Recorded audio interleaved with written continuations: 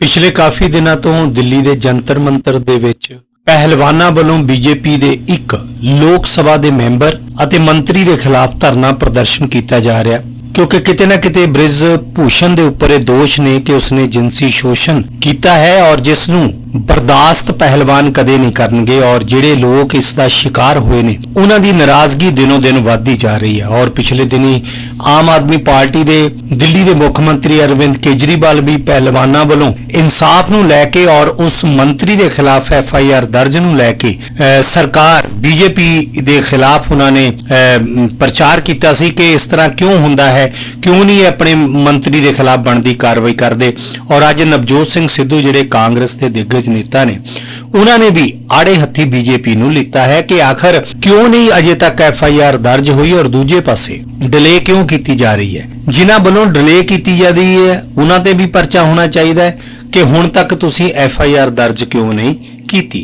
नवजोत सिंह सिद्धू ने किते ना किते बीजेपी की ठोकी है मंजी और अजिहे सवाल पुछ लए ने कि शायद ही बीजेपी को उन्हां गल्लां दा जवाब होवे। आओ मारदे हां इस पूरी वीडियो ते नजर।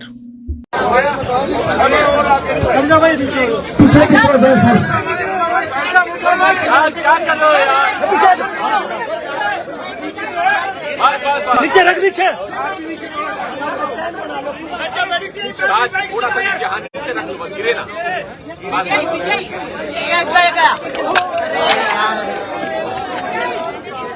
क्या कर रहे हो गुरु छोड़ दो इसको छोड़ दो इसको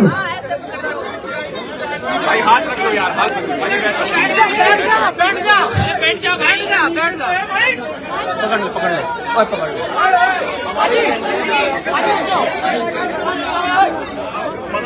भाई यार इतना जा सिद्धू साहब प्लेयर से मिलने आए थे खिलाड़ियों से बात कीजिए क्या बात हो रही आप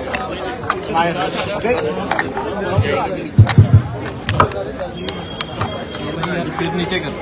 देखिए बड़ा संजीदगी वाला मामला है इसलिए मैं ताड़ी वाड़ी कोई ना बजाए कोई नारा वारा ना बजाए।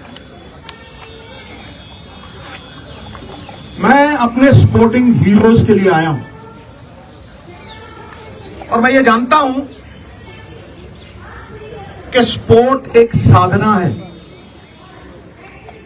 140 करोड़ में जब कोई महिला अकेली मेडल जीतती है तो वो एक तपस्वी है और वो रोल मॉडल है जिसकी प्रेरणा से करोड़ों लोग खेल जगत में वो प्रयास करते हैं जिससे देश गौरवान्वित होता है। ये रियल हीरो नहीं है गुरु, ये रियल हीरोज हैं जो मिट्टी से मिट्टी होते हैं। इसलिए इसको छोटे दायरे में बिल्कुल मत रखना। ये छोटे दायरे की बात नहीं है, ये पार्टियों से उठ के ऊपर ये देश की सभी औरतों के सम्मान की लड़ाई है और ये सीमित नहीं किया जा सकता। इसे उसी नजर से देखना होगा। अब देश के लिए सवाल यह है कि क्योंकि दोषी एक बड़ा आदमी है तो क्या यह सिस्टम उसे सुरक्षा कवच पहना रहा है या मंशा सजा देने की है? किसी भी केस की बुनियाद FIR होती है और FIR एक पब्लिक डॉक्यूमेंट है। अभी तक वो डॉक्यूमेंट पब्लिक नहीं हुए। मेरा सवाल है 10 दिन क्यों लगे FIR दर्ज कराने में? अहम बात यह है कि women of esteem, recognition, champions, अगर उनका यह हाल है, अगर उनको 10-10 दिन सड़कों पे भटकना पड़ रहा है तो एक आम नागरिक का क्या हाल होगा? ये सारा देश सवाल कर रहा है। ये सिस्टम पे सवाल है, ये मेरी निजी लड़ाई नहीं है। और मैं आपको बता दूं, justice delayed is justice denied. अगर ज्यादा देर ये जस्टिस डिनाई हुआ तो सिद्धू जान की बाजी लड़ाएगा, जान की बाजी। और मैं फड़ नहीं मारता हूं। सबसे पहली बात, कार्रवाई दोषी पे नहीं, उस अफसर पे भी कीजिए जिसने 10 दिन एफआईआर दर्ज नहीं की। Lalita Kumari versus the state of UP, it is mandatory to register the FIR once a cognizable offence is deciphered. और वो जो कॉग्निजेबल ऑफेंस प्रूवन हो गया है तो फिर उसकी ऑप्शन नहीं है, उसे एफआईआर दर्ज करनी पड़ेगी। और अगर वो नहीं करता तो 166 के तहत 2 साल कैद भी हो सकती है। नंबर 2, सबसे बड़ा सवाल कि दोषी एक डोमिनेंट पोजीशन पे है, अक्यूज्ड एक डोमिनेंट इन्फ्लुएंशियल पोजीशन पे है, वो किसी का भी करियर बिगाड़ सकता है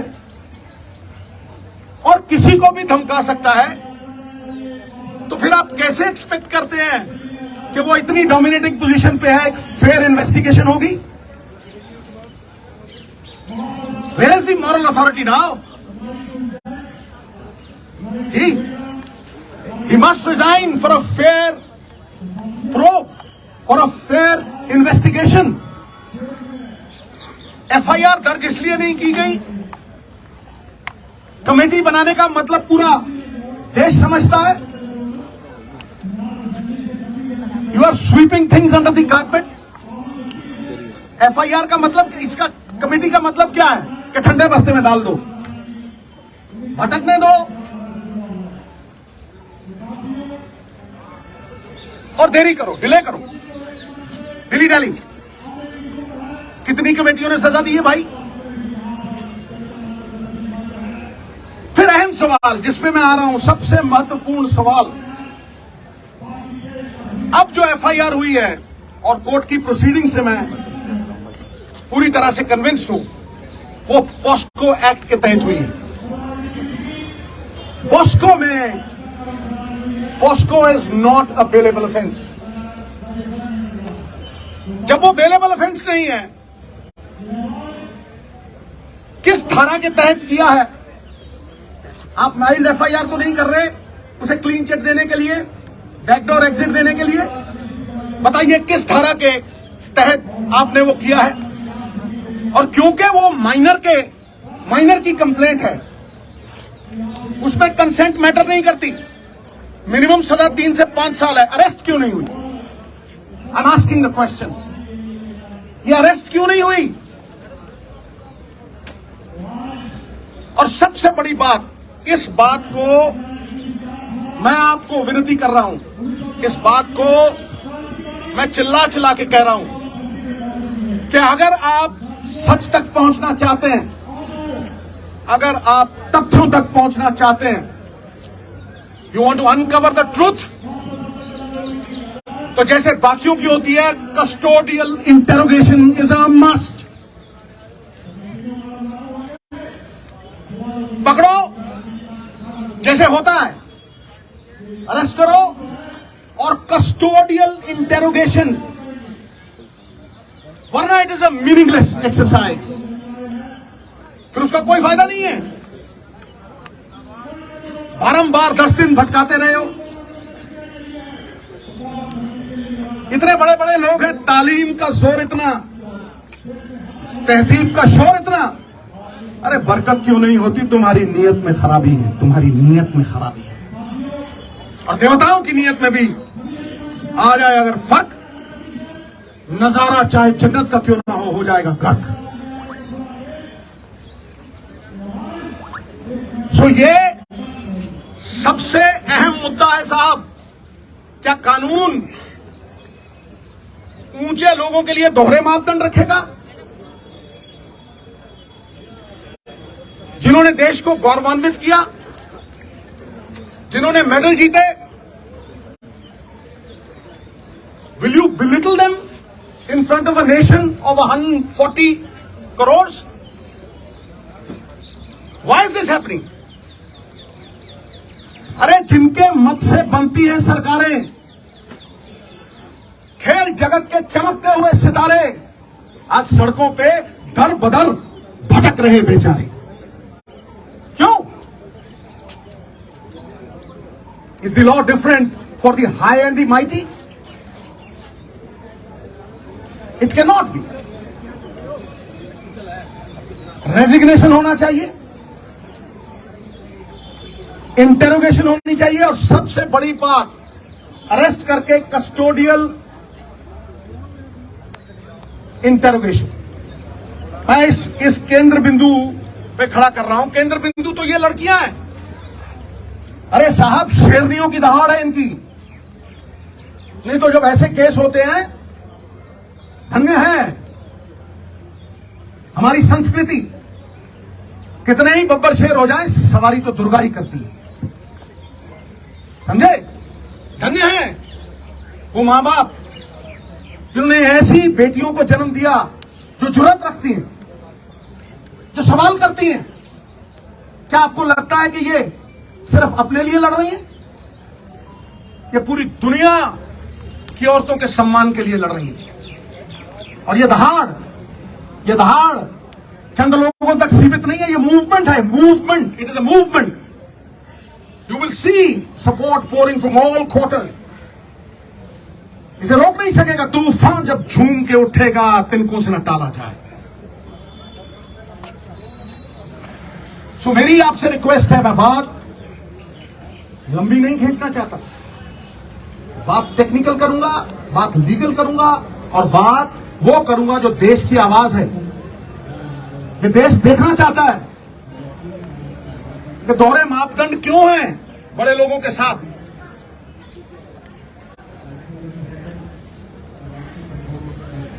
सही और गलत की लड़ाई में न्यूट्रल में नहीं रह सकते आप। आपको पक्ष लेना पड़ेगा, आपको पक्ष लेना पड़ेगा। सत्य तक पहुंचने के लिए, आम आदमी में विश्वास जगाने के लिए लखीमपुर खीरी की तरह मत कर देना। मैं कहता हूं किसी पार्टी का हो, कोई भी हो, ये पक्षपात क्यों कि तुम करो तो न्यारी लीला, कोई और करे तो कैरेक्टर ढीला। ताड़ी नहीं भाई, आज ताड़ी नहीं। ये लोगों का दुख, दर्द, तकलीफ है। एक स्पोर्ट्समैन होने के नाते मैं जानता हूं पसीना बहाए बिना यह अचीवमेंट नहीं हो सकती। इनके सेल्फ एस्टीम को ठेस पहुंचाना इज हर्टिंग नेशनल प्राइड। तो मैं आखिर में आपको लिखित प्रेस नोट भी दूंगा, और मैं लिखित देने से पहले चंद लाइनें कहना चाहता हूं कि हो चुकी है पीर पर्वत सी पिघलनी चाहिए, इस हिमालय से कोई गंगा निकलनी चाहिए। सिर्फ हंगामा खड़ा करना मेरा और इनका मकसद नहीं, सारी कोशिश है कि यह सूरत बदलनी चाहिए। फिर मेरे दिल में ना सही तो तेरे दिल में ही सही, हो कहीं भी आग लेकिन आग जलनी चाहिए, सूरत बदलनी चाहिए। बहुत बहुत धन्यवाद, बहुत बहुत शुक्रिया। मुझे इतना ही कहना था, और इतना अगर आपके माध्यम से चला गया तो ये मूवमेंट को और बल मिलेगा। और मैं फिर दोहराता हूं कि लड़ाई इनकी नहीं है, ये घर घर की लड़ाई है। ये किसी के साथ भी हो सकता है, this can happen to anyone. इसलिए सब मिलकर ये लड़ाई लड़ें, पार्टियों से ऊपर उठ के ये लड़ाई लड़ें।